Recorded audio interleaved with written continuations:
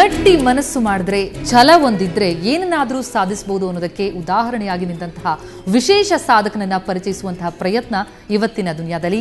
ಅಂತಹ ಸಾಧಕ ಬೇರಾರು ಅಲ್ಲ, ಮೊಹಮ್ಮದ್ ಅವರು. ಅವರೇ ನಮ್ಮೊಂದಿಗೆ ಇವತ್ತು ಸ್ಟುಡಿಯೋದಲ್ಲಿದ್ದಾರೆ. ಮೊಹಮ್ಮದ್ ಅವರೇ, ಕಾರ್ಯಕ್ರಮಕ್ಕೆ ಸ್ವಾಗತ. ಹಾಗೆಯೇ ರಾಷ್ಟ್ರೀಯ ಮಟ್ಟದಲ್ಲಿ ಮಿಂಚ್ತಾ ಇರುವಂತಹ ಇನ್ನೊಬ್ಬ ಕ್ರೀಡಾಪಟು, ಜೊತೆಗೆ ಮೊಹಮ್ಮದ್ ಅವರ ಸ್ನೇಹಿತರು ಕೂಡ ಪ್ರವೀಣ್ ಅವರ ಜೊತೆ ಇದ್ದಾರೆ. ಪ್ರವೀಣ್ ಅವರು, ತಮಗೂ ಕೂಡ ಕಾರ್ಯಕ್ರಮಕ್ಕೆ ಸ್ವಾಗತ. ನಮಸ್ಕಾರ. ಜೊತೆಗೆ ಏಕಲವ್ಯ ಅವಾರ್ಡಿ ಆಗಿರುವಂತಹ ಅರ್ಚನಾ ಅವರು ಕೂಡ ಮೊಹಮ್ಮದರ ಸ್ನೇಹಿತೆ ಕೂಡ, ಅವರು ಕೂಡ ನಮ್ಮ ಕಾರ್ಯಕ್ರಮದಲ್ಲಿ ಭಾಗಿಯಾಗ್ತಾ ಇದ್ದಾರೆ. ತಮಗೂ ಕೂಡ ಕಾರ್ಯಕ್ರಮಕ್ಕೆ ಸ್ವಾಗತ. ನಮಸ್ಕಾರ. ಬಹುಶಃ ಈ ಮೊಹಮ್ಮದರ ಸಾಧನೆ ಏನು ಅನ್ನೋದರ ಝಲಕ್ ನೋಡಿದ್ರೆ ಅವರ ಸಾಧನೆಯ ಹಾದಿಯಲ್ಲಿ ಎಷ್ಟು ಕಾಠಿಣ್ಯತೆಗಳಿವೆ, ಅದಕ್ಕೆ ಎಂತಹ ನೆರವಿನ ಅವಶ್ಯಕತೆ ಇದೆ, ಇದೆಲ್ಲದರ ಅರಿವಾಗುತ್ತೆ ಅನ್ಸುತ್ತೆ. ಹಾಗಾಗಿ ಒಂದು ವಿಶೇಷವಾದಂತಹ ವರದಿಯನ್ನು ನೋಡಿ ನಂತರ ಇವರೆಲ್ಲರೊಂದಿಗೆ ಚರ್ಚೆ ಆರಂಭಿಸೋಣ.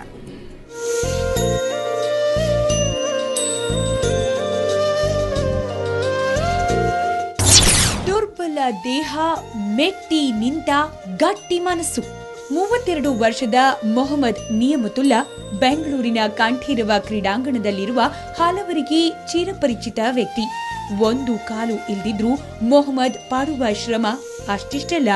ಪೋಲಿಯೋದಿಂದ 5 ವರ್ಷದಲ್ಲಿ ಬಲಗಾಲು ಸ್ವಾಧೀನವಿಲ್ಲದಂತಾಯಿತು. ಬಲಗಾಲು ಇದ್ರೂ ಅದು ಯಾವುದೇ ಪ್ರಯೋಜನಕ್ಕೆ ಬರುವುದಿಲ್ಲ. ಆದ್ರೆ ಒಂದೇ ಕಾಲಿನಲ್ಲಿ ವಾಲ್ ಕ್ಲೈಂಬಿಂಗ್ ಮಾಡುವ ಈತನ ಸಾಹಸ ಮಾತ್ರ ಮೆಚ್ಚುವಂಥದ್ದು.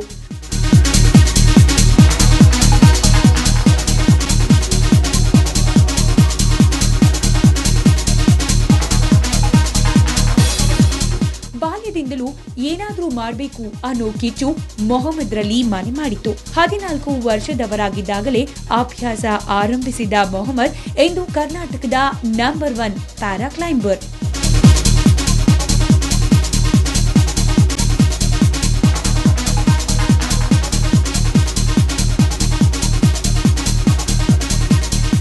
ಸಾಮಾನ್ಯರೊಂದಿಗೆ ಕೃತಕ ಗೋಡೆ ಹತ್ತುವ ಮೊಹಮ್ಮದ್ ಕ್ಷಣ ಮಾತ್ರದಲ್ಲಿ ಹಿಂದಿಕ್ಕಿ ಬಿಡ್ತಾರೆ. ಒಂದೇ ಕಾಲಿನಲ್ಲಿ ಹತ್ತುವ ಇವರ ಚಾರಣವನ್ನ ನೋಡುವುದೇ ಒಂದು ಸೌಭಾಗ್ಯ. ಹಲವು ರಾಜ್ಯ, ರಾಷ್ಟ್ರಮಟ್ಟದ ಸ್ಪರ್ಧೆಯಲ್ಲಿ ಸಾಧನೆ ತೋರಿರುವ ಈತ ಈಗ ಅಂತಾರಾಷ್ಟ್ರೀಯ ಮಟ್ಟದಲ್ಲಿ ಮಿಂಚಲು ಮುಂದಾಗಿದ್ದಾರೆ. ಆದ್ರೆ ಬಡತನ ಅಡ್ಡಿಯಾಗಿದೆ. ಅಂತಾರಾಷ್ಟ್ರೀಯ ಮಟ್ಟದಲ್ಲಿ ಮಿಂಚಲು ಅವಕಾಶ. ಸದ್ಯ ಮೊಹಮ್ಮದ್ಗೆ ಅಂತಾರಾಷ್ಟ್ರೀಯ ಮಟ್ಟದಲ್ಲಿ ತಮ್ಮ ಪ್ರತಿಭೆಯನ್ನ ಪ್ರದರ್ಶಿಸುವ ಸುವರ್ಣಾವಕಾಶ ದೊರೆತಿದೆ. ಫ್ರಾನ್ಸ್ನಲ್ಲಿ ನಡೆಯುತ್ತಿರುವ ಪ್ಯಾರಾಕ್ಲೈಂಬಿಂಗ್ ಸ್ಪರ್ಧೆಯಲ್ಲಿ ಭಾಗವಹಿಸಲು ಆಹ್ವಾನ ಬಂದಿದೆ. ಸರ್ಕಾರ ಮಾಡುವ ಸಹಾಯ ಪ್ರಯಾಣ ದರಕ್ಕೆ ಸಾಕಾಗುತ್ತೆ. ಜುಲೈ 11, 12ರಂದು ನಡೆಯುವ ಸ್ಪರ್ಧೆಗೂ 3 ದಿನ ಮುಂಚೆ ಮೊಹಮ್ಮದ್ ಫ್ರಾನ್ಸ್ಗೆ ಹೋಗ್ತಿದ್ದಾರೆ. ಆದ್ರೆ ಆರ್ಥಿಕ ಬಿಕ್ಕಟ್ಟು ಇವರನ್ನ ಚಿಂತೆಗೀಡು ಮಾಡಿದೆ. ನೆಕ್ಸ್ಟ್ ತಿಂಗಳು 10 ಮತ್ತು 11ನೇ ತಾರೀಕು ಫ್ರಾನ್ಸಲ್ಲಿ ನಡೆಯುತ್ತಿರುವ ಇಂಟರ್ನ್ಯಾಷನಲ್ ಪ್ಯಾರಾ ಒಲಿಂಪಿಕ್ ಕಾಂಪಿಟೇಷನಲ್ಲಿ ನಾನು ಒಬ್ಬ ಸೆಲೆಕ್ಟ್ ಆಗಿದ್ದೀನಿ ಇಂಡಿಯಾದಿಂದ. ಇದಕ್ಕೆ ನನಗೆ ಸರ್ಕಾರದಿಂದ ಬಂದುಬಿಟ್ಟು ಬರೀ ಫ್ಲೈಟ್ ಚಾರ್ಜ್ ಮಾತ್ರ ಸಿಕ್ಕಿದೆ ಹೋಗ್ಬಿಟ್ಟು ಬರೋಕ್ಕೆ. ಅಲ್ಲಿ ಉಳ್ಕೊಳ್ಳೋಕ್ಕೆ ಅಲ್ಲಿ ಅಕಾಮಿಡೇಷನ್ ತುಂಬ ಪ್ರಾಬ್ಲಮ್ ಆಗ್ತಿದೆ. ಮತ್ತು ನಾನು ಇಲ್ಲಿ ಪ್ರಾಕ್ಟೀಸ್ ಮಾಡಬೇಕು ಮತ್ತು ಅಲ್ಲಿ ಸ್ಪಾನ್ಸರ್ಸ್ ಕೊಡಬೇಕು, ತುಂಬ ನನಗೆ ಕಷ್ಟ ಆಗ್ತಿದೆ. ಸೊ ಇದರಿಂದ ಯಾರನ್ನ ದಾನಿಗಳಿದ್ದರೆ ದಯವಿಟ್ಟು ಸಹಾಯ ಮಾಡಿದ್ರೆ ಚೆನ್ನಾಗಿರುತ್ತೆ.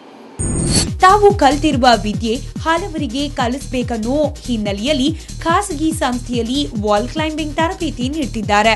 ಜೊತೆಗೆ ಮನೆ ಹತ್ತಿರ ಸಣ್ಣ ಪುಟ್ಟ ಎಲೆಕ್ಟ್ರಿಷಿಯನ್ ಕೆಲಸ ಕೂಡ ಮಾಡ್ತಿದ್ದಾರೆ.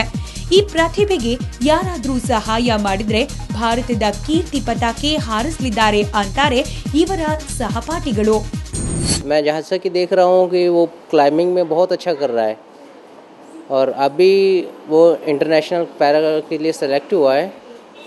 अभी उसके बाद जाने के लिए पैसा नहीं है, तो I want everyone can help him to go to France and I am sure he will be very good in competition.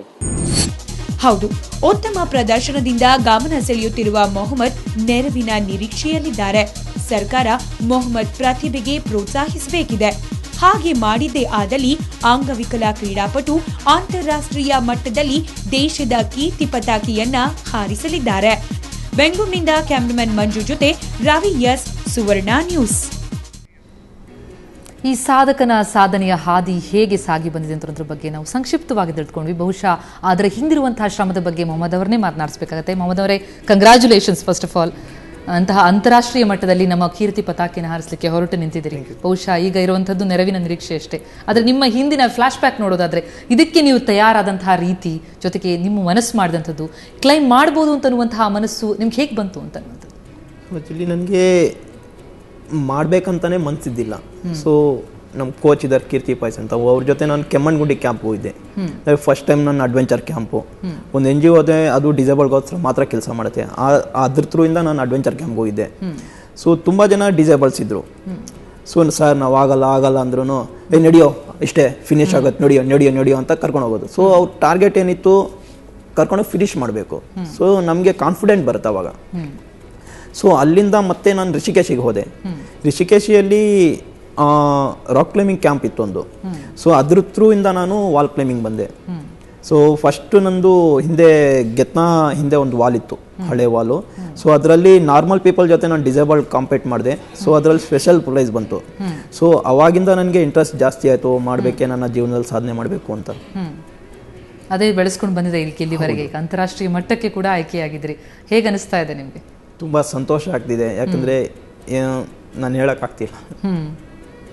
ನಿಜಕ್ಕೂ ಬಹಳ ಅಪ್ರಿಷಿಯೇಟ್ ಮಾಡಬೇಕಾಗುತ್ತೆ ಮೊಹಮ್ಮದ್ ಅವರು. ಯಾಕಂದರೆ ಈ ಹಂತಕ್ಕೆ ಬಂದು ತಲುಪಿದ್ರಿ ಅಂತಂದರೆ ಅದರ ಹಿಂದೆ ಬಹಳ ಶ್ರಮ ಇರುತ್ತೆ. ಬಹುಶಃ ಉಳಿದ ಕ್ರೀಡಾಪಟುಗಳನ್ನ ಕೇಳಿದಾಗ ಬಹುಶಃ ಗೊತ್ತಾಗುತ್ತೆ ಅನಿಸುತ್ತೆ. ಪ್ರವೀಣ್ ಅವರೇ, ಏನು ಹೇಳ್ತೀರಿ ಮೊಹಮ್ಮದ್ ಅವರ ಈ ಸಾಧನೆ ಬಗ್ಗೆ? ಎಷ್ಟು ಕಷ್ಟ ಆಗುತ್ತೆ, ಸಾಮಾನ್ಯರಿಗೆ ಕಷ್ಟ, ಅಂಥದ್ರಲ್ಲಿ ವಿಶೇಷವಾಗಿ ಈ ರೀತಿಯಾದ ಈ ತರಬೇತಿನ ಪಡೆದುಕೊಂಡು ಅಂತಾರಾಷ್ಟ್ರೀಯ ಮಟ್ಟದಲ್ಲಿ ಮಿಂಚುವಂಥದ್ದು?